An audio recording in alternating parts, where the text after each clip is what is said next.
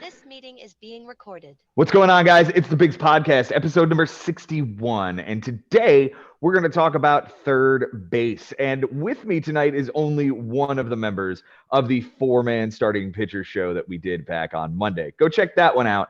With me tonight from Denver, Colorado, Jason Ashby. Jason, you ready to talk about the hot corner? I am, and I need some heat. It's 4 degrees, man. It's 4 degrees. It feels like -11. So yeah, give me some hot corner. No, I'm so glad I got out of the mountains when I did. I will tell you that much. You guys have had a rough winter, haven't you? It's been very Denver. Yeah, where Yeah. like it'll be freaking cold, and then tomorrow it'll be 60. Yeah. Crazy. All right, let's kick this thing off here. Do I even have to question whether or not Jose Ramirez is number one for you? I think you do. I think you So do. we also have, so we have Mike Haber's rankings as well, and we do have a few notes from him. So let's start with his. Who's his number one, and what notes did he send along? His number one is Jose Ramirez, a Mhm. tier of your own, my friend. Yes, Is- and that's also what I have. Yeah. It's You know what? I did have Ramirez number one for the longest time, and then I went, you know what? Mhm. What if Manny Machado like blows up this year because he's saying he's going to opt out? The bases are getting bigger. Mhm. He did steal. He has stolen an average of 11 bases over the last 2 years. What if he even if he's not stealing 20 bases like Ramirez is? Mhm. I still like him better with that Padres lineup once Tatis Mhm. comes back. So yeah, I had to put Machado number one. Okay. I can respect the argument. He has been a better defensive third baseman and a better batting average third baseman each of the last two seasons than Ramirez, a better power hitting third baseman, and at least last year scored more runs. I can understand the thought that he's going to produce all of those things, perhaps more. My thing He is, hits the man, ball harder. yeah, my thing is, man, this is Jose Ramirez, and this is a dude who is in the top 5 percentage of at bats, runs, doubles, homers, RBIs, steals, walks, K percentage, and OPS just at this position. He Yeah. was shifted on 93.9% of his left-handed at bats last year, which may have something to do with that like extended slump we saw, but that's so far behind him at this point right now, and I have said it before, I will say it again. If I have one this year, it's Jose Ramirez. And Yeah. I think there's a couple of outfielders that make the case for it. But like Mike Haber kind of alluded to, for me, Jose Ramirez has his tier of his own because of the steals. Even in a ridiculous like contract walk type season for Machado, what's his ceiling? 15 steals? Yeah, I mean, quite possibly. I mean, Yeah. again, with the rule changes, who knows? But his what's his career best? His career best is probably 20 in 2015. Yeah. Yeah. I mean, he's not getting to that. So, like I said, I'm giving him 6 more on last year with the rules changes to get him to 15. Ramirez last year stole 20. Like, Yeah. sorry, but No, I do have Machado leading the next group, and it's a 5-man group of all of the names we expect to talk about here in the early going. So Machado for me, Ramirez at 2 for you. Yes. Okay, Absolutely. and Mike, I assume, also goes with Machado at 2. Yes, a wonderful number 2. Of course. So that brings us to number 3, and this is where things I would imagine start to delineate. For me, no, let's start with Mike Haber again. What is his note on number 3, and who is He it? goes with Rafi Devers. Less protection in that lineup this year, but he's still Devers. Mhm. So Devers last year, 27 homers, 88 RBIs, took a step back in that department after having over 100 RBIs in 2021. However, did have 42 doubles, which is very nice. The run total and the RBI total took a hit because the Red Sox are bad. They're not going to be better. I can't see him being at 3. No. Who do you have at 3? I have Arenado. That is the correct answer, sir. Yeah, he is the staple. He is probably the safest bet of this group, right? Like, You know what you're gonna get from him. He in that Cardinals lineup, he is as steady as it gets. He's a 30 home run, 100 RBI guy. That's what he is. Mm-hmm.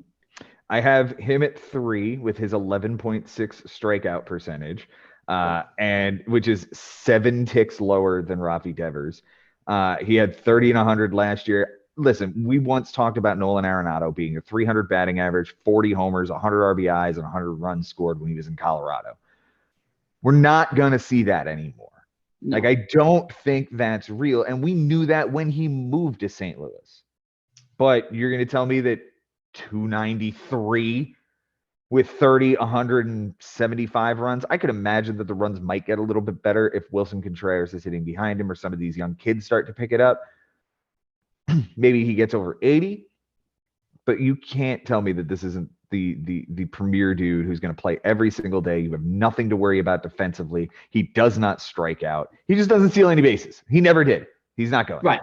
No, that's the only knock. But like, I mean, he stole 5 last year. Like, that's not nothing. Yeah, that's not. It's a little bit. It's better than Devers did. It's exactly. Yeah. So all 3. Now I do not have Devers at 4. Do you? I do. Okay. I do. So you have Devers at 4. Go ahead and talk about Devers though. Yeah, I mean, I think I know who you have it for.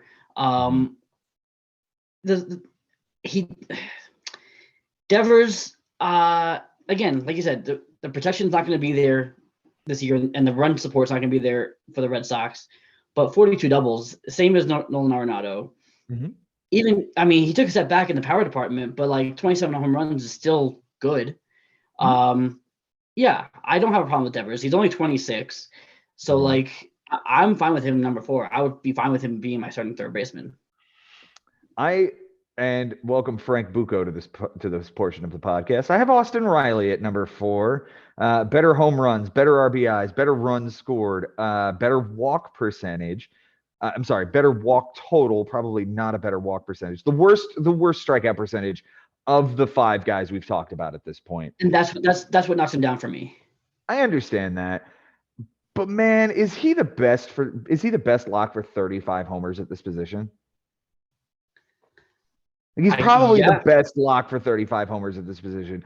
And if I had to throw down after Ramirez, Machado, and Arenado are off the board, who's the best lock for 100 RBIs, him or Rafi Devers?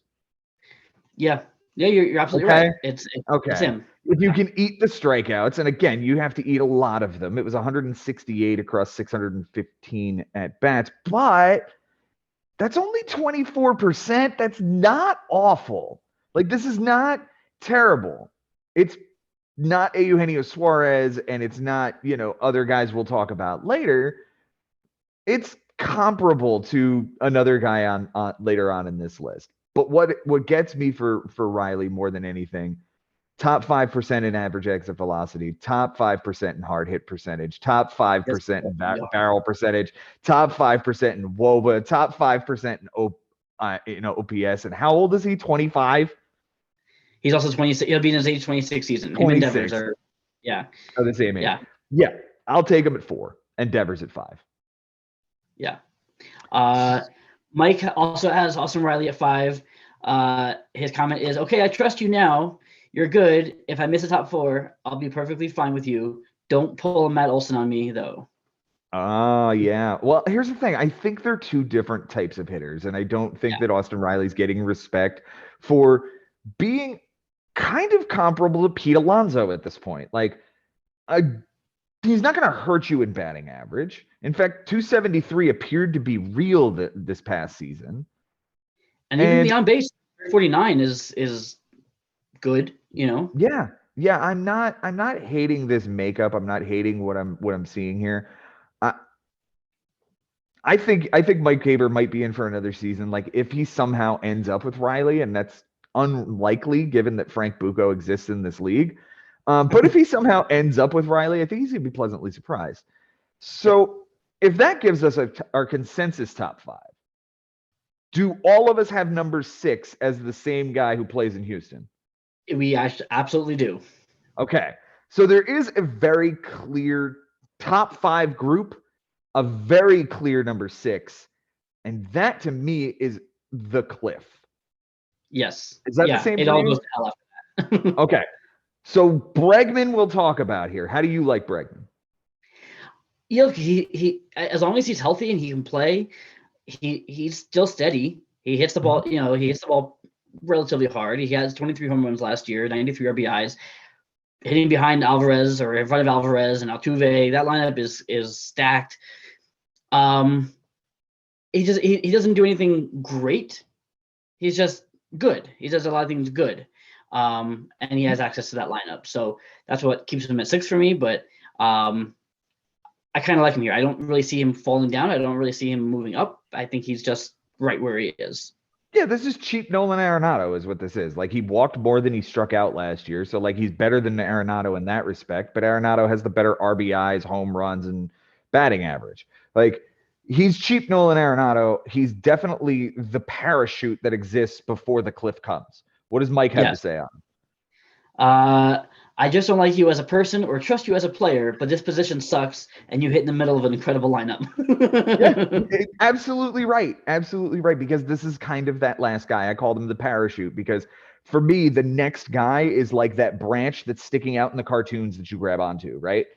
Yeah. But I'm going to ask first who Mike Haber has at number 7. So number 7, Mike has Bobby Witt Jr. Okay. I'm not far off on him. I do want to talk about him in just a moment. Do you also have him at 7? I don't. I have him at 8. So okay. We're yeah, right now's the time to talk about him. Let's hear what he has to say on the kid that he took last year. Power speed threat, but lacks contact and on base prowess, which that's exactly what it is. He's, I mean, 20. What is he? A 20-30 guy last year with 80 RBIs. Yeah, playing 82 runs scored. Yeah, but he also walked as many times as he stole a base. Yes, and I think we even talked about that in the shortstop show, me and Mike. That he literally had the same number of stolen bases as walks. Yeah, and he still had a very high BABIP because the speed is good. So he's beating out infield grounders, which got him to the 254 batting average. The expected batting average sits right there. So I'm willing to believe that that's real. Is the batting average going to improve? Because 254 is worse than Bregman with fewer homers and fewer RBIs and fewer runs scored on a far worse team. And yeah, he's going to have the steals. So that does put him somewhere. And I can respect 7. I can respect 8. I have him at 9. So that begs the question who you have at 7. I have Gunnar Henderson.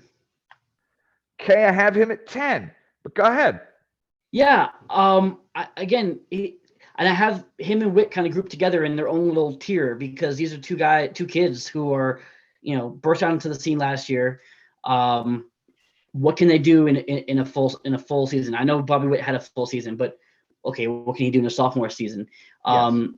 We know the Orioles are exciting this year, and this kid is going to be right in the middle of that lineup. I don't see why he couldn't be, another 2020 guy, 2030 guy. So let's see what he can do. The Orioles were exciting last year.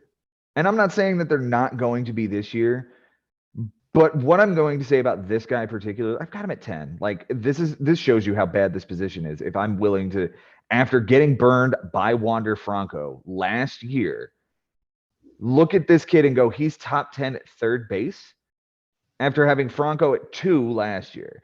For me, you need to fucking prove it to be inside the top 10. And you will see beyond this how I'm like, I can't put it behind this kid's future. I don't dislike this. I had the kid on my team. I liked the Orioles. The Orioles haven't proven me anything. This kid hasn't proven me anything. And for a bunch of guys that, once again, seem to want to have everything proven on the starting pitcher side, yet we're lapping up Jonathan India last year. I was interested to see where these two guys ended up. The fact that they are the first 2 dudes we talk about immediately after the first 6, I find curious.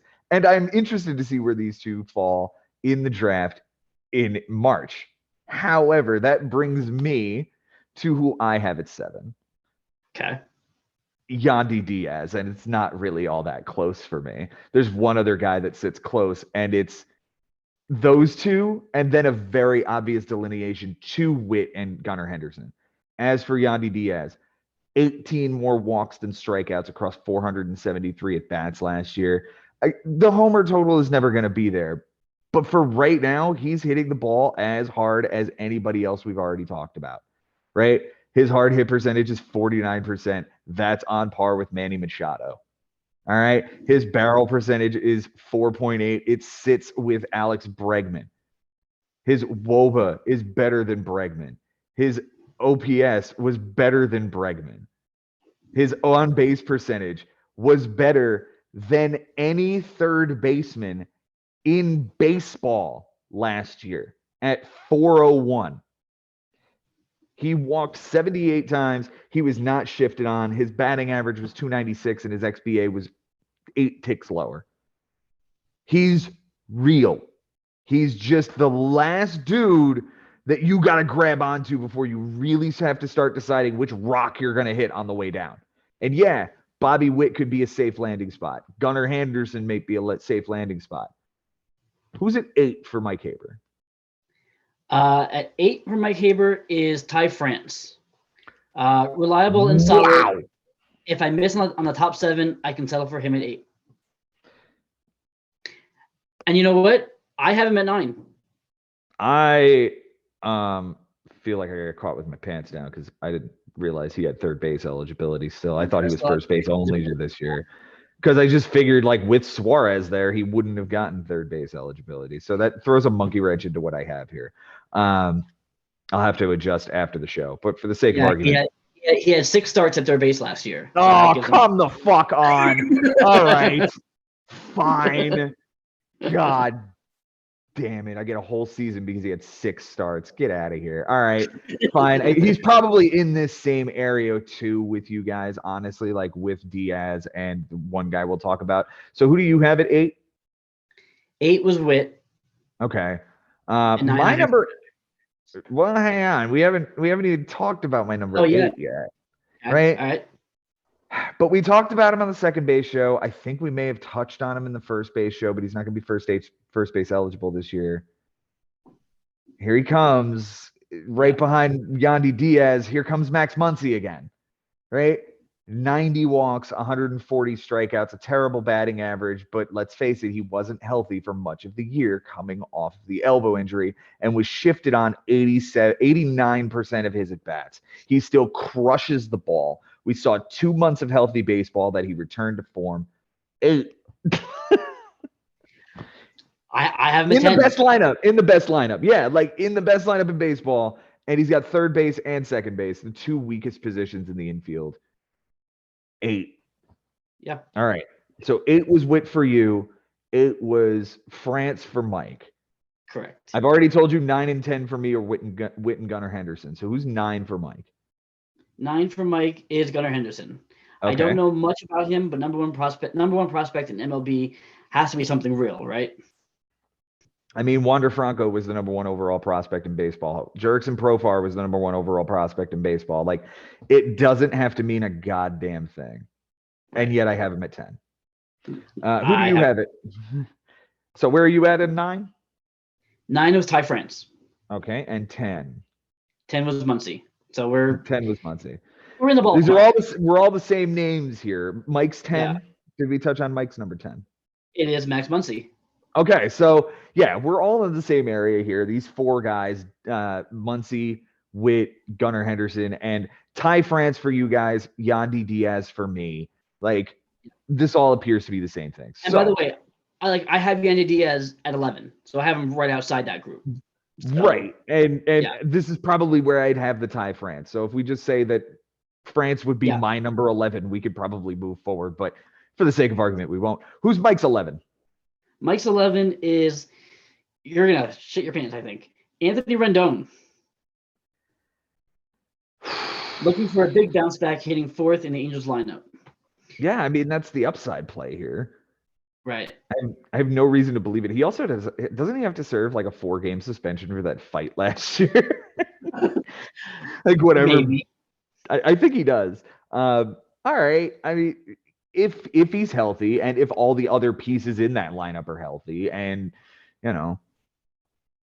It's a play. I do understand why you would stick him just outside of the top 10. Like, he was an MVP, but 2019 was a long time ago. It was. He has a lot to prove, that's for sure. Mhm. And like I've read quotes that like his goal is not to have a surgery this year. Like that's his goal. That would be tremendous. That would be But tremendous. like It's sad when you sign a really large contract with a team and your best highlight as a member of that team is hitting a home run from the side of the plate from which you do not in fact hit a baseball normally, off of a off of dude a who does not yeah. normally throw a baseball from the pitcher's mound. Like, the whole thing is just completely ridiculous. Don't have any all surgeries. right. That's the goal. I have him at 17. Where do you have Rendon? I have him at 14. Okay, so I'm the low guy. I think he might not have the bounce back. You're probably up the middle, and Mike's high on the bounce back. Terrific. Who do you have at 11? Diaz. Okay, and my number 11 is Eugenio Suarez, because other than the first 10 dudes we've talked about, he's the safest for 30 homers. Yep. I don't like the strikeouts at all. I don't like the on-base percentage. He was shifted on a ton, and I don't necessarily think that's going to change because he's right-handed. Right. Like, it's very different when we're talking about a lefty. I don't think that them shifting on him is going to change very much, because the reason they shift on him is because he's right-handed and slow. He's not suddenly going to get faster. No, not at 31. Right. But he I have doesn't him at walk 12. a nice amount of times. Yeah, like I see the walks too. Yeah. So you've got him at 12. Who does Mike have at 12? Mike has Jose Miranda, young, fun, solid hitter at a very thin position. Yeah, in a lineup that's apparently going to be better with Correa and whatever else. I don't know about Max Kepler being a cleanup hitter, but other than that, like, yeah. I don't know much about this lineup that I'm very excited about, but like, this is probably the only piece to get excited about. And it's at the position that you probably would need to get excited about this year, because this is going to be one of those, well, shit, I've now missed out on like all of these dudes. Who's the upside play? This is one of those. I've got him at 15. He's higher than Rendon, but in the same area. What about you? I have him at 13. So yeah, again, it's not that far off. We're splitting hairs among similar dudes here. Exactly. You said your 12 was Suarez. My 12 is Eduardo Escobar, and I ask you, how much worse could he possibly have been than last year? Like, he had a really nice September to save his season, to put up 20 homers and 69 RBIs with a 240 batting average. Like, he was bad, out loud, and in front of everyone. They almost replaced him this offseason. Yeah. But they didn't. And he still got the job. For now. Yeah. See, this is where we differ, because and Mike has him at 13, so he's right there. He's right there with you. Yes. I have him at 22. Wow. Because he was bad, and if he's bad again, they have these young kids. They have Brett Beatty. They have Vientos. They have guys who are looking for play in the big leagues, and the Mets aren't going to be afraid if Escobar is struggling. I don't think they're going to be afraid. Here's what I ask you. You have, I'm sorry, at 12 you had Suarez, right? Correct. Okay. So let's say all of those dudes are gone, the first 12 you've got, which is essentially me asking you, who do you have at 13? Was Miranda. Okay. I have to wonder, are there really if let's say it's the first 12, are there really 10 more third base eligible guys? Like, I'm really going to pick apart your list here to wonder if you're going to tell me that you believe that Brett Beatty and Mark Vientos could come up and take his job at some point. I agree with you. But before the season starts, before we've seen this dude hit the field, we're going to say he's the starting third baseman for the New York Mets on opening day, right? Yeah. Yeah. He's going to hit in that lineup, right? Yes.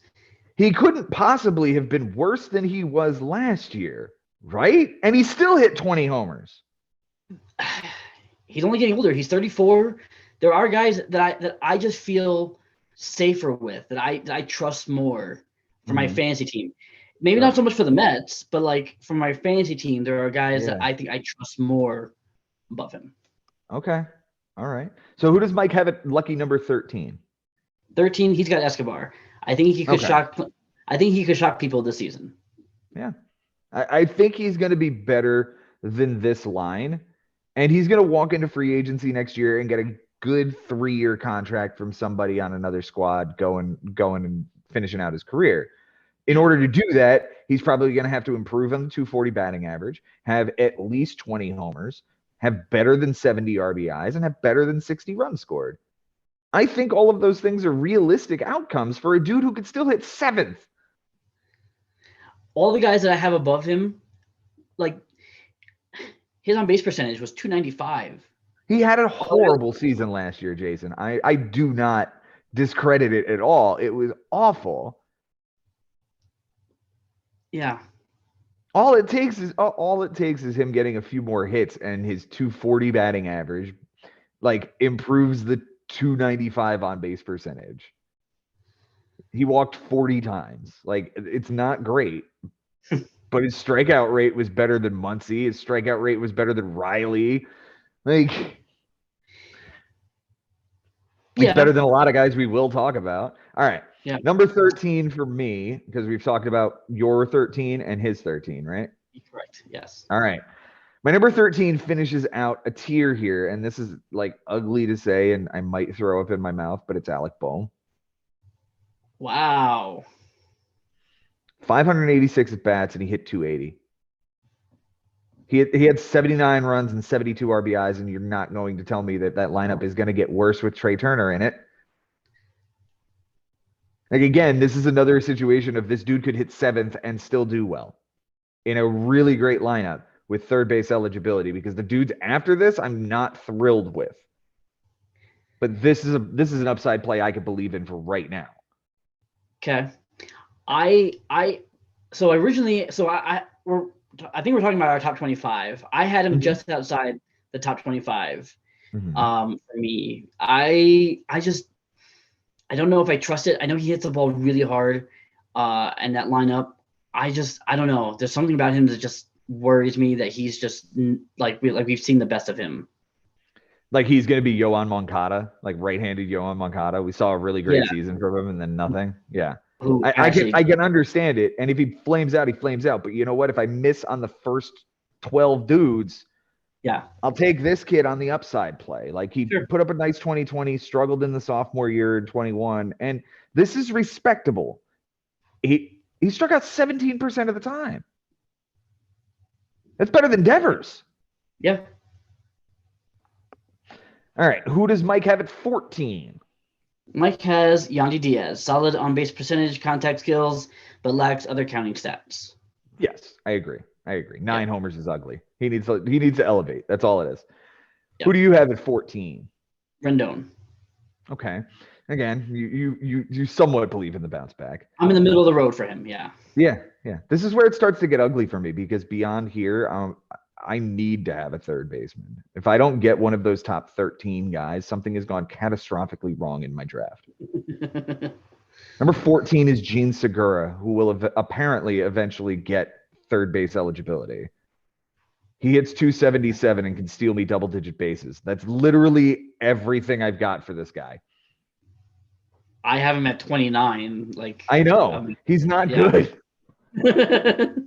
He's not good. But I know he's going to play every day, and I know he's a professional hitter, and he's going to not strike out very much, 15%. If he's healthy, I mean, he's averaged 114 games over the last 2 seasons. Like, this is me basically saying, if I'm at this point, I am in deep shit. If this is my starting third baseman, like, I am not in good shape. So 14 for you and Mike have been 15 for you, Jason. 15 for Mike is Matt Chapman. All right. I've got him a little bit further down, but he's another guy that sort of fits this mold. I just don't like the strikeout rate. What's he got to say? So many strikeouts and low batting average has him at 15. Yeah. I mean, that's who he is. He's cheap power. He's Joey Gallo at third base, and you won't get any errors from him, at least. That's a plus. And, you know, he's going to get RBI chances in that lineup. So, I mean. Yeah. Yeah. I have him at I've got him 16, at so like, I've got him at 20. okay. All right. All right. Who is your number 15? I'm going. I didn't want to do this, and I probably would not draft him, but the more I looked at the numbers, Justin Turner has actually, when he's played, he's still been pretty effective. Mhm. 278 average, a 350 on base last year, 13 home runs and 81 RBIs over 532 plate appearances. Like, no, it's not great, but like, and he's 38, so like, but I don't. He's not going to play third base. He's going to DH, maybe get some reps at first. So Right. We're like, probably going to be seeing the last of the third base eligibility unless, well, no, they just signed Devers long term, so never mind. yeah, yeah. That's So just not going to be a thing. So yeah, this is the last season we'll see of Justin Turner with third base eligibility. I've got him at 19, just ahead of Matt Chapman, ironically. The 350 on base percentage is really nice. The lack of strikeouts is very nice. right. We're just probably not going to see. I don't think we're going to see 80 RBIs from him. I really don't. Not in this lineup. Not in this lineup. So if we're kicking that down, the power isn't there. Maybe he hits 15 because he's in Fenway and not Dodger Stadium. But like, I could use him as a backup. I'm not gonna lie, but at 15, he's apparently a starter, and that's what I'm going with here. Is like the first 16 dudes, I have to be like, okay, I guess these are the guys I draft as my starters. Yeah. Which brings me to DJ LeMahieu at my 15. Ooh. I'm not thrilled with it either. I'm not at all thrilled with it. But he can't be worse than last year. Still had a 357 on base. Doesn't strike out at all. But this is what DJ LeMahieu is: 12 homers and like 50 RBIs with good runs scored. If he plays every day, which he probably will, there's no reason not to play this dude. You're paying him out the nose.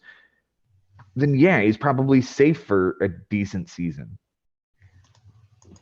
I mean, right now, roster resource has him on the bench. Like, I know that, yeah, and like I know that's not like the end all, but Right. if that's what we're going off of, like. Well, here's the thing: I have Donaldson at 25, so like LeMahieu and Donaldson sort of like bookended this thing, but I was a couple of short to hit 20 to hit 30 for a nice round number. So I had to add Segura and I had to add the guy underneath Donaldson. So we'll get to him in a minute. But I mean, I could move these dudes around between now and spring, but for right now, DJ LeMahieu's getting paid. He's triple position eligible, and I feel like his playing time is going to be safe if he's healthy. Right. Yeah, so that's all fair. That's all fair. All right. 16 from Mike Haber. 16 for Mike Haber is Josh Rojas. Fun second base, third base eligibility, offers speed, and potentially more RBI opportunities this year with a better team and hitting fifth or sixth in that lineup. I just don't know that he's safe with Longoria there and Ketel Marte and like DH options like Pavin Smith that they want to play for some undiscernible reason. Like I worry that there might come a crunch here, and they've already given up on pieces from trades that they've made in the past. See Carson Kelly, Luke Weaver from the Goldschmidt trade. He came from the Greinke trade. Like, there's nothing tying them to him at this point. Yeah, I still like him though. He I think he's gonna have the longer platoon because he's a lefty, so he's gonna hit against all the righties. I mean, Longoria might get some more reps, but I don't know. I think you go with the younger guy. Let's see what the Diamondbacks can do. We do like this lineup. I think it is better with Rojas than Longoria. I think that there will come a point though that they're playing them both. I think Longoria is going to DH often to keep him fresh, but that isn't to say that when Longoria is playing third, that Josh Rojas is DHing or playing second. Like, I don't know that that's a fact. And those are the things that I worry about. I've got him at 27 down there with some other interesting names. He's just underneath Donaldson because, again, playing time concerns, right? So 16 is where I have Jose Miranda. Okay. Right? This is literally the last dude that I'm like, his playing time's probably safe, and I think he's going to be productive, so I could probably play him at third. You know? Yeah. So who is Mike Haber's number 17 then? Mike Haber's number 17 is Brandon Drury. Ugh. Is last year real? I really don't know, but sure, I'll take him at 17. Yeah, I've got him at 24, and I don't think it's real, and I don't think he's going to be good on the Angels. Go ahead. Or do you have anything to add on Drury? Where do you have him? I think we talked. We beat him to death in the first base and second base shows. Mhm. But yeah, I mean, I like access to that lineup. I just don't know, what's real with him. He's been having such a yo-yo career. Mhm. Um, I don't Here's the know. thing. I will say this much.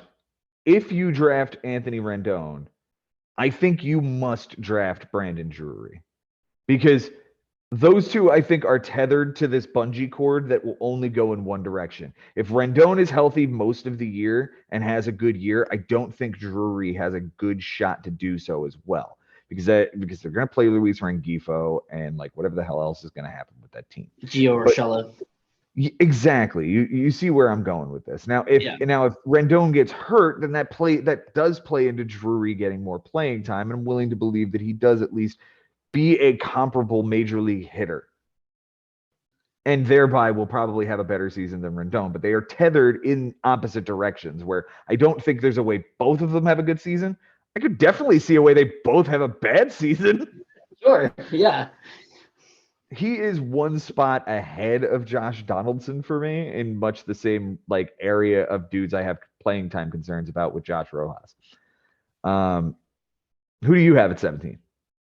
I have Rojas, and the only other thing I'll add about Rojas is he does have experience at shortstop, Mm-hmm. and I feel like if Nick Ahmed is finally done with things, like if they're done playing this guy and or he gets hurt again, he could be a shortstop because they really don't have. I mean, Geraldo Perdomo is like their backup shortstop, so like You're I could see. discounting the idea of them literally holding that spot warm for one season for Jordan Lawler. That's their top prospect, and he is amazing. I watched him in Reno. I watched Corbin Carroll and that kid. Like they're awesome. But I can agree with you that Nick Ahmed may not be that holdover for 1 year. It might be Rojas for that matter. Right. Like, you know what I Yeah. mean? So I could get behind that if I see that in spring. Yeah. Jason, my number 17, we haven't even talked about this guy yet, and I've been wondering when he's going to show up because we always come back to you when we talk about dudes from the Colorado Rockies. So here's Ryan McMahon. We did talk about him at the second base show, but I wanted to see where you and Mike have him. I have him at 18. Okay. And Mike has him at 23. I'd rather not. I feel the same way, but like he's the first dude that's outside the top 16 for me because again, playing time is probably safe here. I just don't like the player. But I'm willing to concede that like he might have the best season of the next set of dudes who are, whatever. So now we're on to 18. Yeah. All right. Who does Mike have at 18? Suarez. Okay. Yeah, he doesn't like the strikeouts. I understand. Yeah. Happy to see power numbers come back, but I see him as the poor man's Max Muncy. Strikes out a ton, but doesn't walk as much. 200 Ks is a real possibility. That is very disrespectful to Max Muncy's strikeout rate. Like Max Muncy's strikeout rate is league average. Eugenio Suarez is very, very bad. That is disrespectful, and I would not, and I don't appreciate that. Also, Max Muncy is a better fucking walk god than Eugenio Suarez is. Well, that's what he's saying. He's saying he doesn't walk as much. I'm sitting here defending Eugenio, or I'm sitting here defending Max Muncy. I can't believe that this is happening. What has the all right. I don't know. I have Rendon at 18. Who do you have at 18? McMahon. Okay. The 19 for Mike Haber. 19 for Mike Haber. Me and him have the same guy. Key Brian Hayes. Yeah, I have him at 26. He's between Donaldson and Josh Rojas right now. Talk to me, boys, about this young kid who didn't do anything yet. His note is, fuck the Pirates, man. Prove you can do something special, and I'll move you up. But otherwise, fuck the Pirates. Fuck the Pirates. And I'm sorry. If everybody's going to knock Yandy Diaz for the lack of power, At least Yandy Diaz is giving you batting average and runs scored and doubles and on base percentage. Brian Hayes is literally just giving you steals. Yep. At third base, and you're like, this dude can do something. No, he can't, guys. Stop. I don't think I honestly think he's a fringe major league hitter, and he's outside my top 25. Like I said, I've got him between Josh Donaldson and Josh Rojas right now. Only because the Pirates will play him. He's gonna get playing time. He's 26, so maybe he takes a step forward and does something. If he doesn't, then he's off. He's gone. There's nothing in his underlying. There's nothing in his underlying data that says he's going to be good, right? He's got a 3 point. A what? He hits the ball decently hard, 91 average exit velocity. Yeah, but a 3.9 barrel percentage. Yeah. Come on, Jason. Look, I'm grasping at straws here. What can I tell you? Yeah, no, 26. Like I can't even get behind him as a backup. To be brutally honest with you, I just can't. Because he's only one position eligible. He goes for one category, and he plays on a last place garbage team. I'm out, guys. Like, no, I don't need steals that bad. He doesn't see my team. Like you said, if I don't have a third baseman by now, I'm just finding a guy that like has the eligibility that I can plug in there every once in a while. But like, yeah. There's still plenty of dudes I like better. Who we're up to 19 now. Yeah, those he was our 19. Who was yours? My 19 is Justin Turner. We talked about him. My number 20 is Matt Chapman. Who does Mike have at 20? 20. He has Justin Turner. And for you, Brandon Drury. All right, so my 21 is a name we haven't talked about. What about Mike's? Mike has DJ LeMahieu, supposedly healthy and supposedly playing every day, as the Yankees plan to rotate him into the lineup on a regular basis. It's literally my argument for why he's a top 15 guy, because he's in that lineup. Like, we like that lineup. We like the top of that lineup. He will be. You like it? Who do you have? Who do you have at 20? 20, I have Drury. 21, I have. Oh, wait, who's your 21? I'm waiting to see if it's your 21. Okay, my 21 is Brendan Donovan. No, he's 23 for me. But go ahead on Donovan. We talked about him a bit, but yeah, because he is eligible in like every position practically. Yeah, so he's going to be mentioned in every show. Yeah, he's this season's Chris Taylor. He just like sort of shows up at the end of the show as like a, hey, remember me? I can back up everybody. Right, and that's what he is, the kind of guy like as I was talking about. Like I might draft him as like a utility guy and then put him at third base because I didn't get any other guys. Mm-hmm. But like again, he's hitting in that Cardinals lineup. If he's playing every day, you know, maybe there's something there. He had a 394 on base last year, so yes, he did. You know.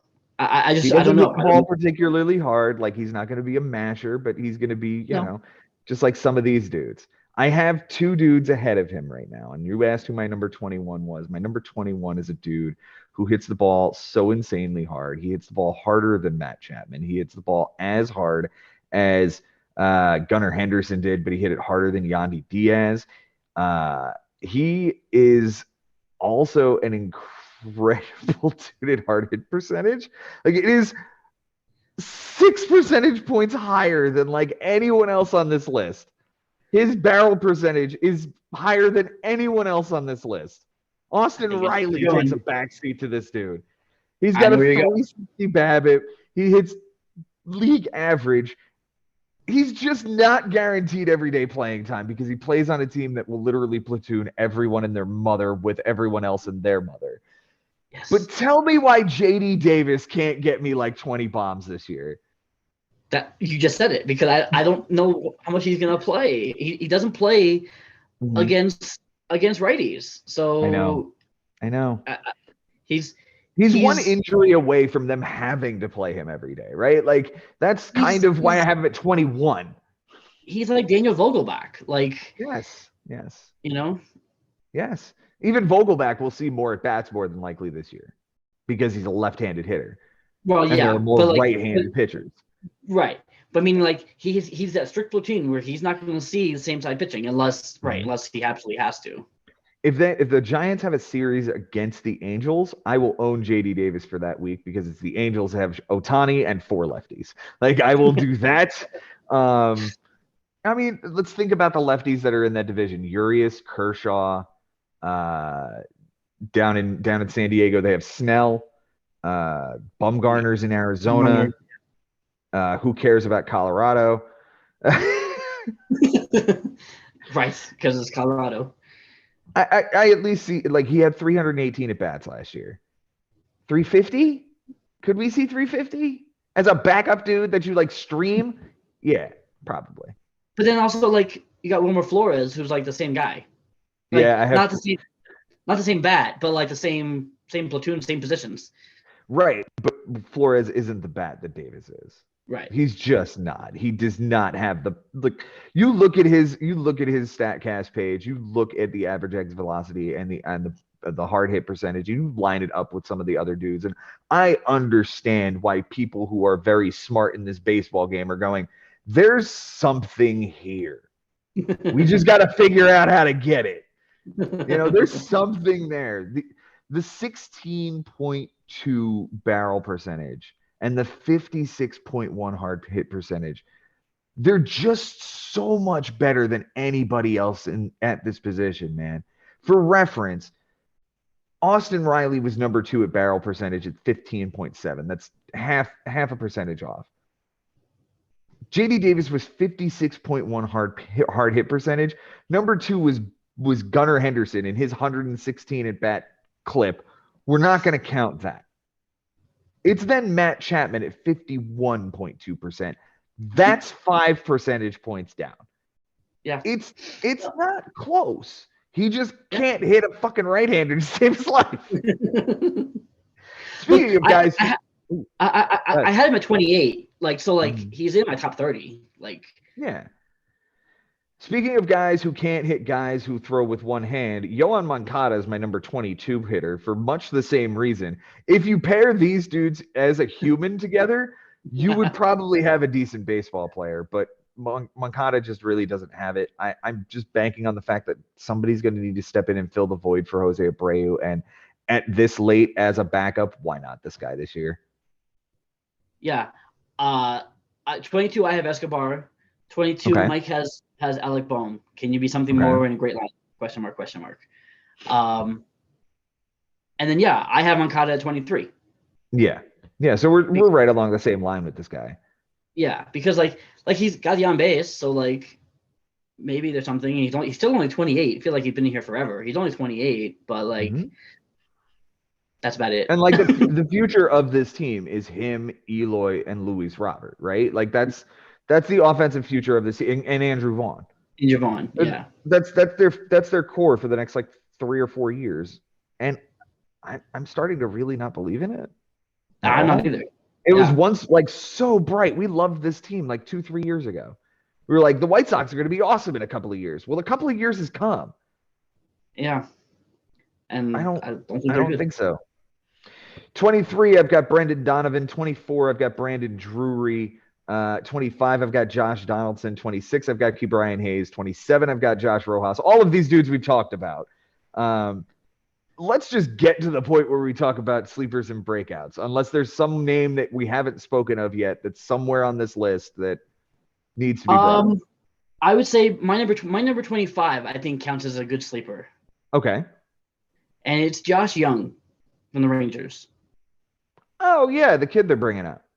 Yeah, the kid they're bringing up. He's young. He's 25, and he's at my 25 spot. If he's, he was supposed to be their starting guy last year, and he got hurt in spring training, and that threw everything off the rails. But if he's healthy, they're going to play him, and in that lineup, like, who knows what he can do? But let's see what he can do. Yeah. I will sit here and tell you that Evan Longoria is probably a sleeper for me this year. He's at least going to play as long as he's healthy because they paid him to do so. He's going to hit. If he's DHing a lot, he won't give you errors. So he doesn't strike out a lot. At least he usually doesn't. He didn't last year. He struck out 27, almost 28% of the time last year. He hasn't been good in probably like 3 or 4 years. So like 28, whatever, like as a last round dude, if you have Josh Rojas too. Yeah, I mean, those are guys you compare together. Absolutely. Mm-hmm. Luis Rengifo hit 17 homers last year. Isaac Paredes, that's the other guy you probably want to keep an eye on. Him and Jonathan Aranda are going to split second base, third base. I'm not sure. But what I am pretty sure about is that Yandy's going to play a lot of first base, which will cut down on the errors as well. For sure. One of the guys that I'm keeping an eye on is Heimer Candelario. He is on the list of dudes that I have. He's unranked. He's unranked, yeah. I don't know if I just don't know if he's real, man. I'm worried that he's just not a thing. Yeah, he very well could. When did he lead the league in doubles? Was that 19? That was 21. He had 42 doubles in 21. With a 271 average and a 351 on base in 557 at bats. Man, he just tanked last year, didn't he? He did. He was awful. He was absolutely awful.